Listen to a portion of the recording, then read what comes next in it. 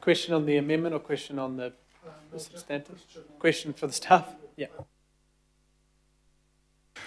Look, just two very quick questions, Emma and Noel. Can you tell me, from your experience, how much would it cost if a plan change, for a plan change? Like just approximate, is something similar to $50,000 to $100,000 if it was a private plan change. Yeah, okay, so private plan change, $100,000. What time frame would we be looking at approximately? For what the council, what we're proposing? Yep. I would hope that there would be an answer from a hearings panel this year. Okay. But it is subjective because they've got a lot of work on as well. And we're taking on the costs of this private plan change instead of the owners. That's correct. It will be a council plan change. Thank you. Thank you, Councillor. Right, we'll go back to the amendments, Councillor Walker. So this would be, so the original was moved, and then this is the amendment to replace the original. There's one word there that I brought to the officer's attention, and it goes like this. The idea is to include any changes whichever way in this plan change, not a future plan change, so we don't have delay. I just want to make that clear.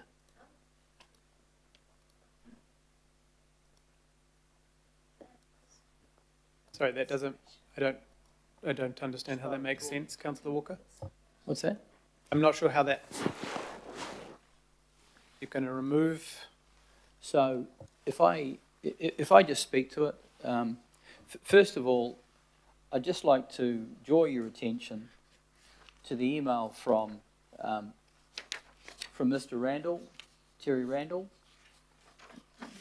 and in particular, the background of his concerns, and I'll just cover that off. The decision has serious ongoing effects on us as owners. I am 74, my wife is 72. The situation has caused significant stress to us and our family and has completely disrupted our lives. It is my understanding that a historic heritage claim may be registered on a property title.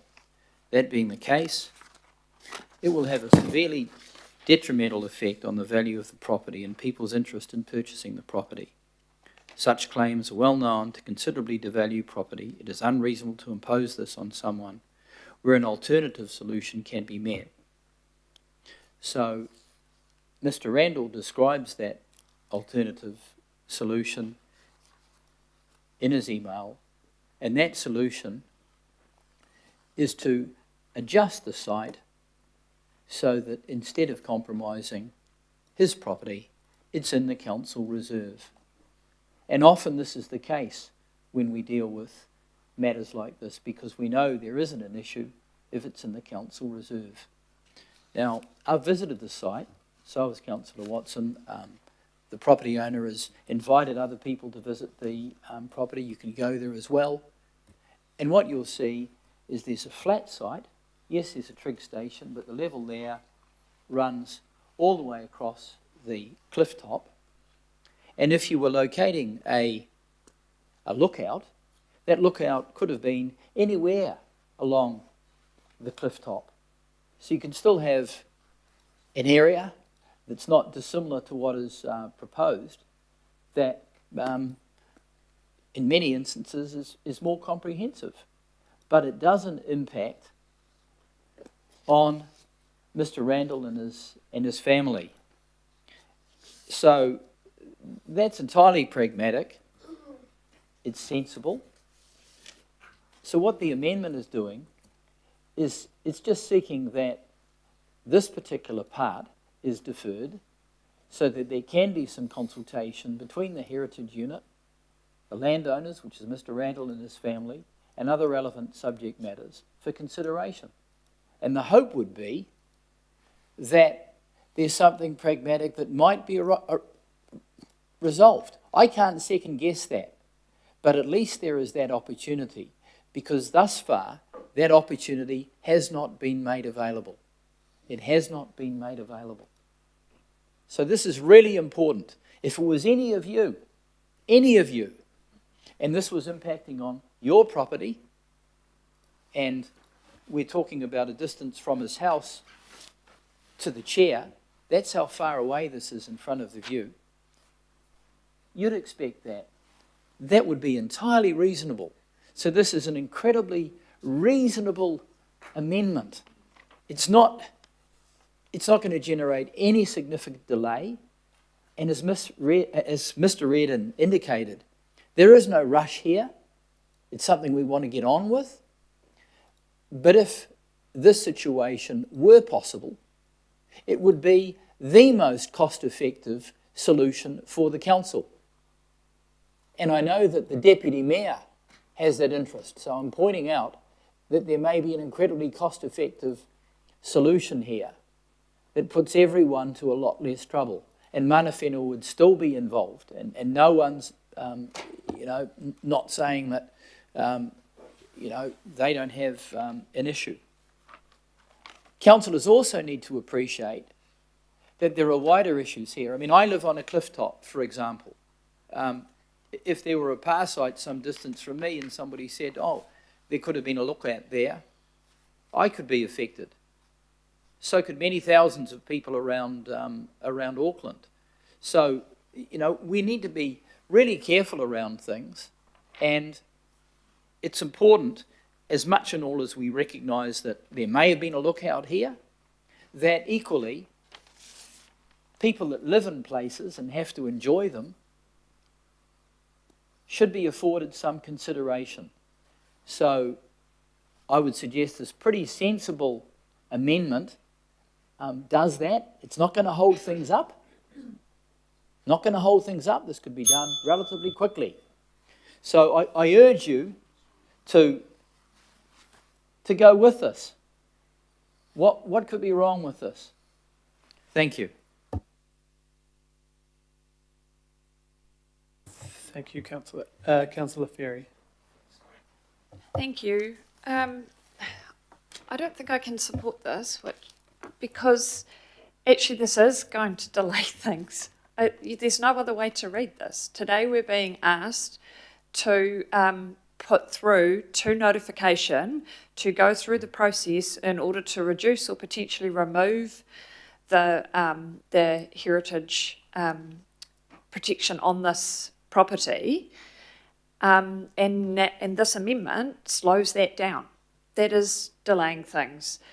It's also potentially slowing things down for the 3 other properties.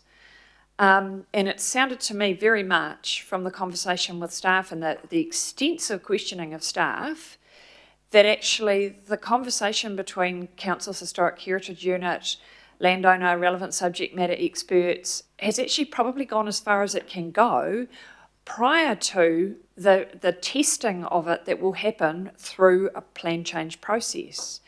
And so I really don't see any point in delaying this further, and actually that seems to me counter to what people are keen to have here, which is some certainty and some progress on something that actually has been hanging over them for 9 years.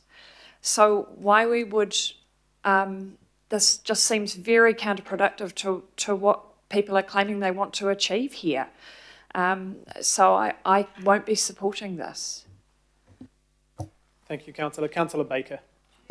Yeah, I'm I can see what you're trying to do here, Wayne, but I'm looking at your thing and you contradict yourself in your, because you talk about remove the proposed amendments to the, from the draft plan change, and then the last part of your amendment is in this plan change. So it's either in or it's out. And so you're asking it to be removed, and then you're asking for it to be considered in the plan change. The office is assisted with this wording. It works. Councillor Walker, there's no to and fro. Okay. Councillor Baker. Yeah, and so I get what you're trying to do. I really do, and I absolutely accept all of the arguments for.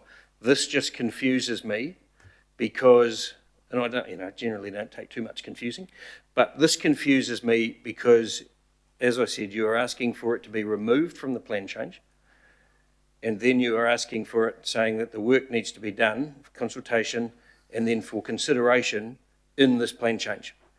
And so you're in or out, mate, and so I can't support a resolution that's is doubling back on itself. Thank you. Deputy Mayor. Question please to Megan. If you wanted to help this poor landowner who's got a problem, what is the fastest way of doing it? This amendment or the original? The original. Thank you. Councillor Watson. Oh, yeah, there's a lot of people speaking for the poor landowner, isn't there?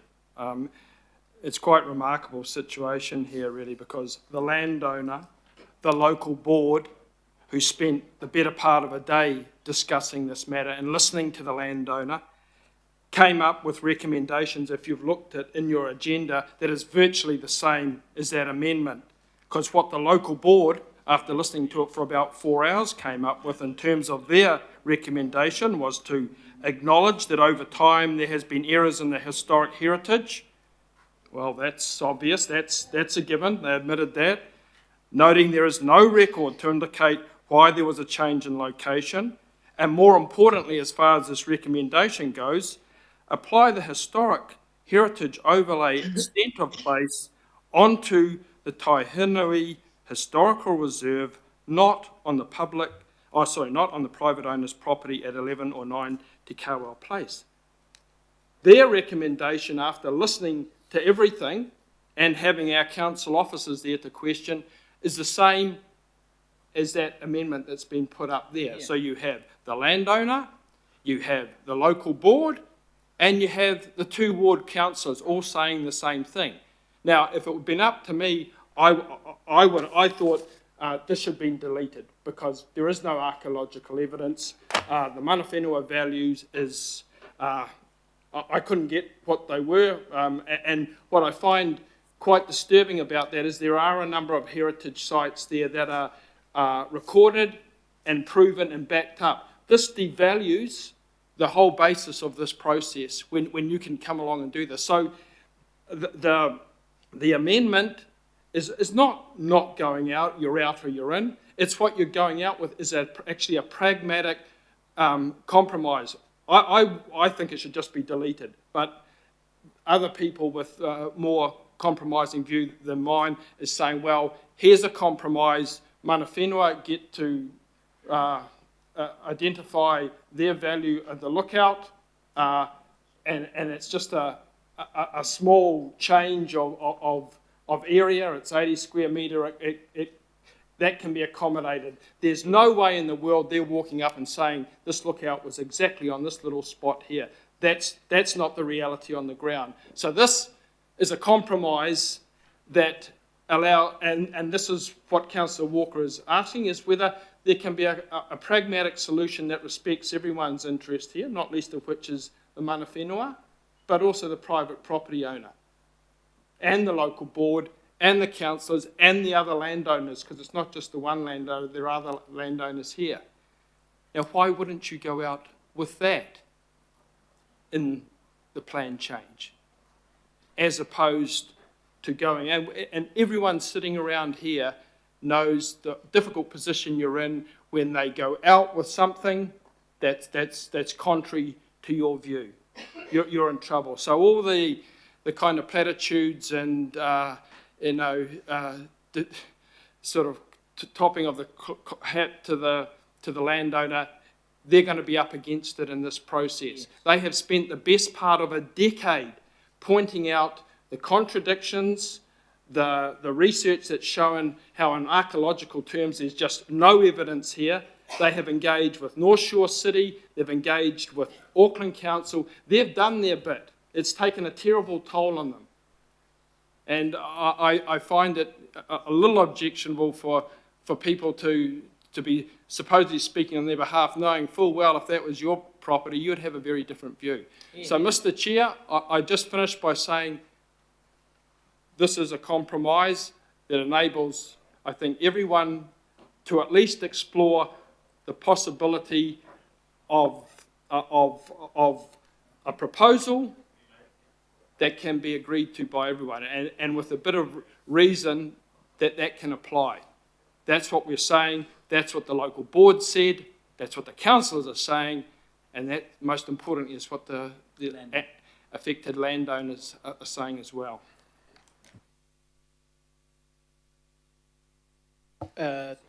Thank you, Councillor. Councillor Dalton. Thank you. It would have been great to have the amendment an hour ago, because it would have been, because what we've just, it feels like we've been in just about the plan change hearing, as I said before, and that's not what we're here to debate, and so it's taken all that time, and I think what you're ending up here with is actually a perverse outcome, and at the risk of being criticised for wanting the best outcomes for the landowner, the Deputy Mayor is right and the Chief of Strategy is right.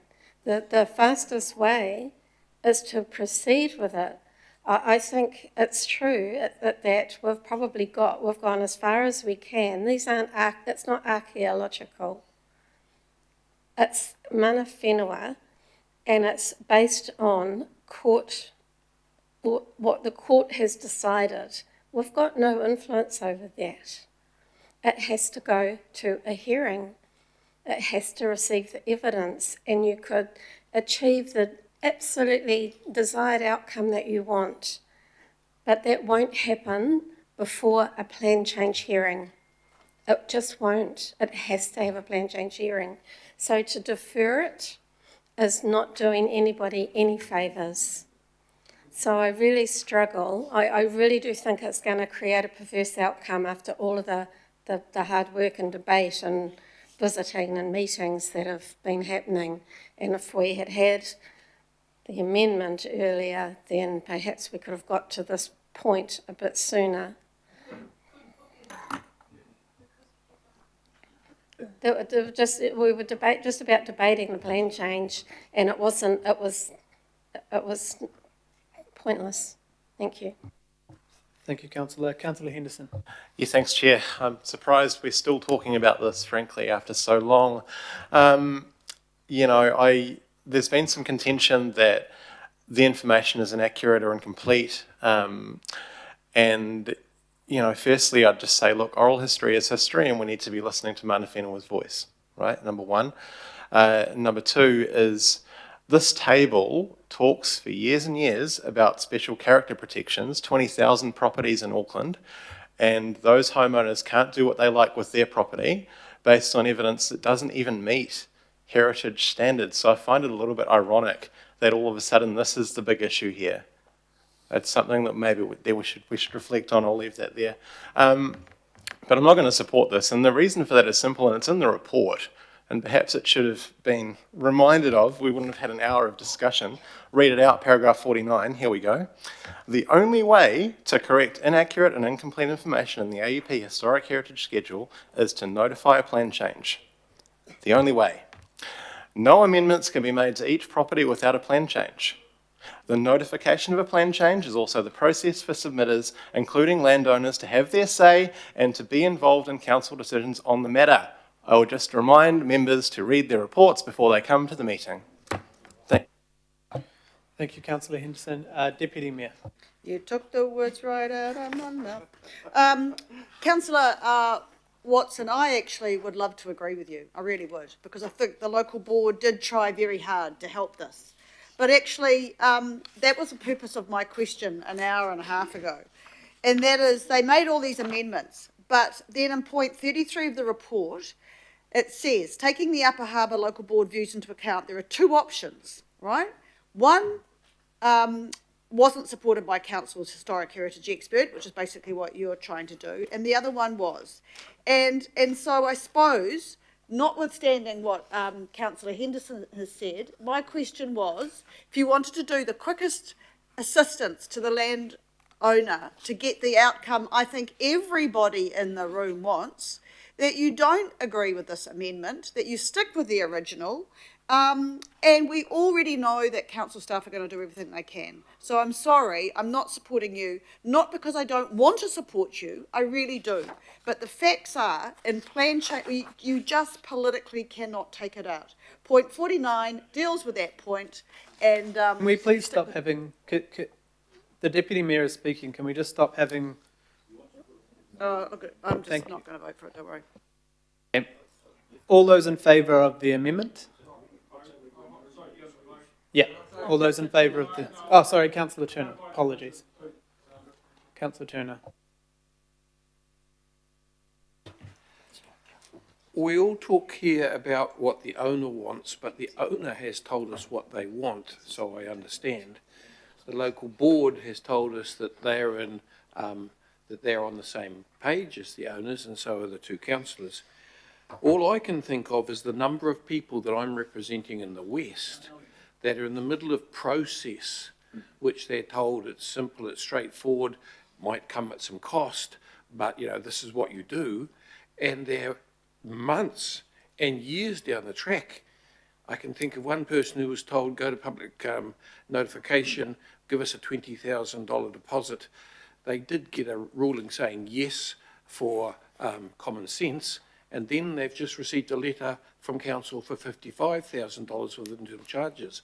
I know the council has said here that we'll do this and we'll help these people as best we can, but we're not the landowners, we're not the ones sitting there over our coffee thinking, oops, you know, we better just find that extra 7,000, that extra 10,000, that extra 12,000. That's the reality of what I see on the ground as people get stuck in the bureaucracy and it goes click, click, click. So I will be supporting this resolution because that's what I understand the landowners want. Thank you.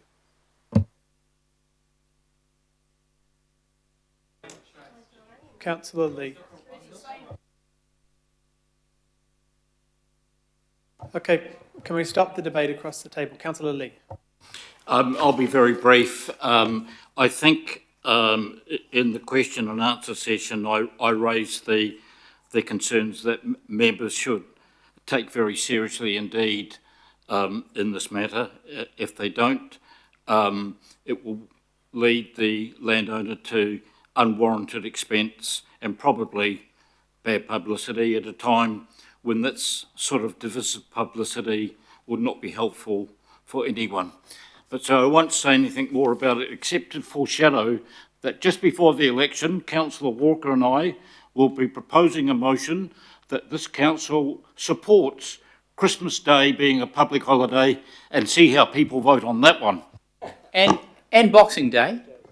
Division called. Okay. Right. Apparently there's been a division called, so we're voting on the amendment by... We're not voting on Christmas Day. Right.